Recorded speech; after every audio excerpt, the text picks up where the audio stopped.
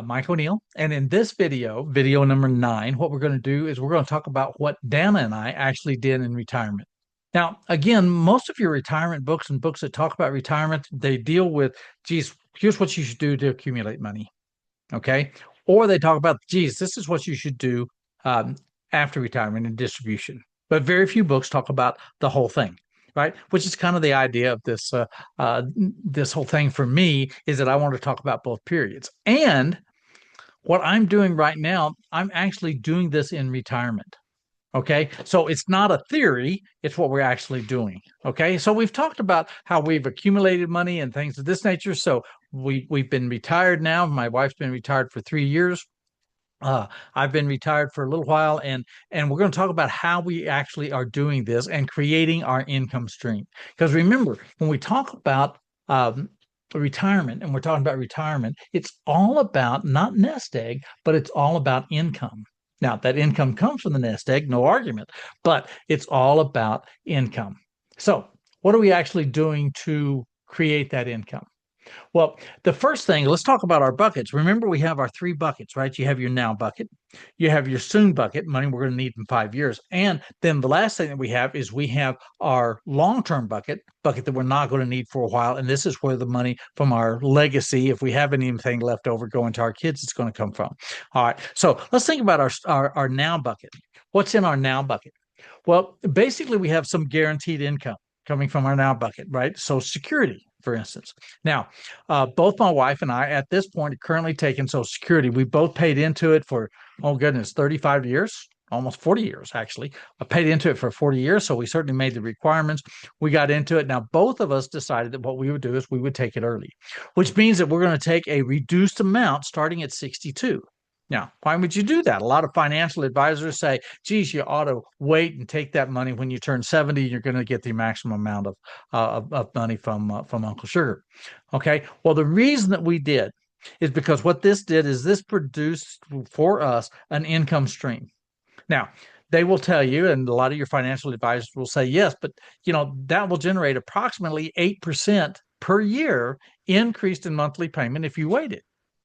Yeah. But if I put things into an indexed annuity, that's averaged 13% over the past 10 years.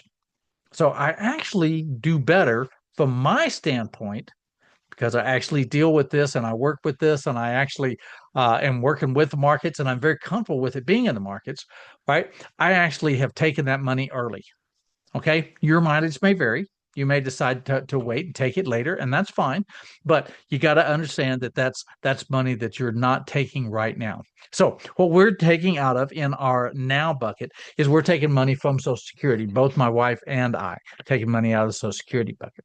Okay. Now, a second thing that we're taking money out of in our immediate is an immediate annuity. This is out of our now bucket. We have 2 immediate annuities at this point.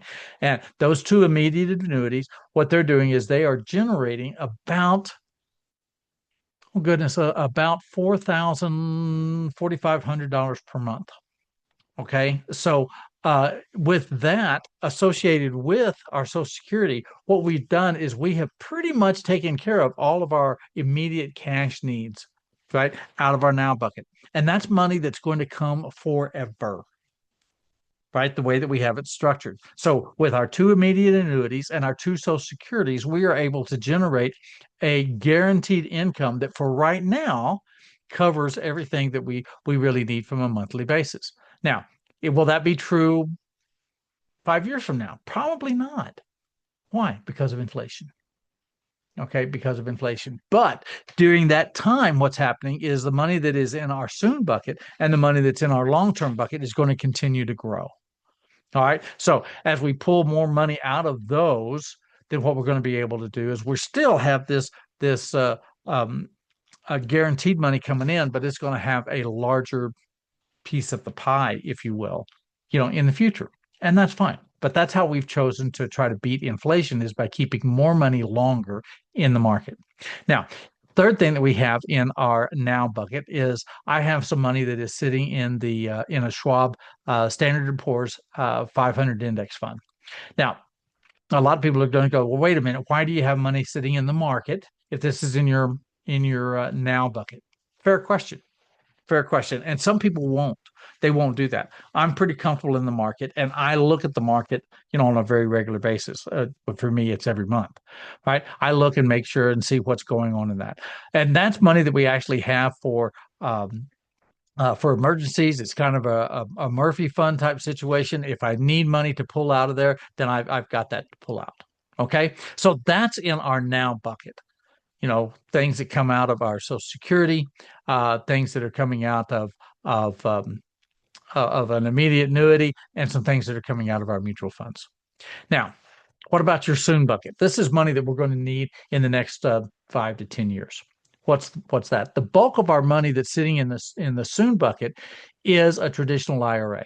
Now, that money was originally in a 401k that we had, dealing with companies like IBM and Hewlett Packard and Unison Software and Dell Computer, right? These were more monies that were in the 401k.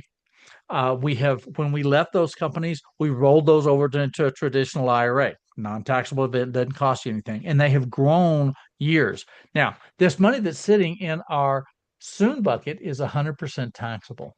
When it comes out, it's going to be 100% taxable. All right, but we're not going to need that for 5 years.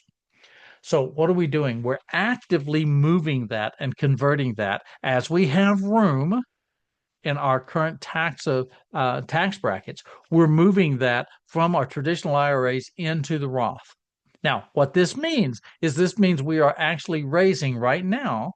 We're raising our potential taxes for this year or in the short term. Okay, but by us moving it into the Roth, what we're doing is we're moving things from a taxable situation into a non-taxable situation. So in the future, our taxes are going to be less. Now, this also creates some real advantages for our heirs in the event that we pass and we have large money sitting into a traditional IRA. They have got to take that money out of the traditional IRA in 10 years. And they've got to pay taxes on it, which could possibly push them into a higher tax bracket. If it's sitting in a Roth, they still have to take the money out in 10 years, but it's tax-free, and they do not have to pay taxes on it, and it's not going to pull them out of it into an additional tax bracket. So there's some real advantages to inherit a Roth over inheriting a traditional IRA. All right, so the bulk of our money right now is sitting in our soon bucket, is sitting in IRAs, and we're going through a potential situation of continually moving that into a Roth. Okay. So there's some real advantages to actually doing that. All right. What it also is doing is as I'm 66, so in 6 years, I'm going to have to start looking at my RMDs. So what this is doing by continually moving this into a Roth, it is reducing the amount that I'm going to have to pay in an RMD in the event that actually comes to fruition. Okay. So a lot of advantages to doing that. So what's in our long-term bucket? In our long-term bucket is your Roth IRAs. Your Roth IRAs, right? So we're continually moving, and about a third of our total portfolio right now is sitting into our Roth IRAs. We're constantly moving and building that up, moving things away from our traditional IRAs and into our Roth IRAs, putting them into the long-term buckets. This is the last place where we're going to be pulling retirement funds from. This is also where the bulk of our legacy is going to be, money that we give our heirs, or it's going to be in our estate when we pass, right? And this is going to reduce their tax liabilities that they're going to have. So those are the things that we have done, and it's worked out very, very well for us. Okay, obviously your mileage may vary. The plan that you build is going to be different than the plan that we built, and that's fine. But the bucket theory has worked out very, very well for us, right? So you need to think about how we can do these things and handle some of the problems that are going to come up. Remember, the two biggest problems in retirement is going to be inflation and taxes. So how are you going to handle those two things to continually keep your income stream coming in even though you're not working? Okay, your mileage may vary. The last video that we're going to be talking about, video 10, is our final results and just some final thoughts on dealing with that. Okay, all right, I'm Mike O'Neill, Money Coach LLC. See you at the next video.